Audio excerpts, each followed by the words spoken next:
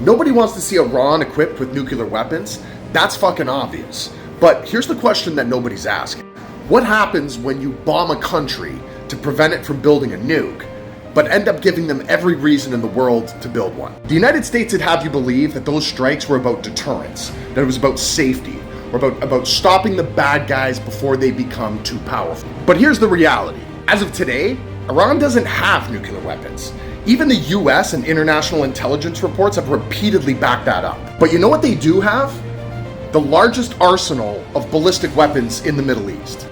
And Iran didn't just magically conjure up the largest arsenal of ballistic weapons in the Middle East.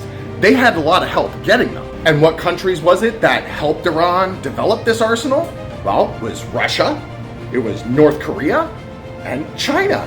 And if you really consider how Russia's invasion of Ukraine played out, you know, how everybody was giving Ukraine weapons and money to fight Russia, then you really have to ask yourself, is it that far-fetched to assume that Russia and China, two of the global nuclear superpowers, would have that hard of a time supporting Iran in developing a nuclear weapon to use against the United States? Not only is it not a far-fetched assumption to make, it's actually reasonable to assume that they would.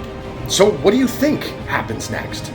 You back a regime into a corner, you cut off diplomacy, you conduct assassinations, you bomb strategic infrastructure. So the next step in this natural progression is where they accelerate weapons research, but they're doing it in secret. And they're doing it in secret where they're forming stronger alliances with Russia, China, and North Korea. Because if history has taught us anything, from Iraq to Libya to North Korea, it's that countries without nukes get bombed, but countries with nukes don't. So again, what actually happens when you try to stop a country from developing a nuclear weapon and instead you convince them it's the only way for them to survive?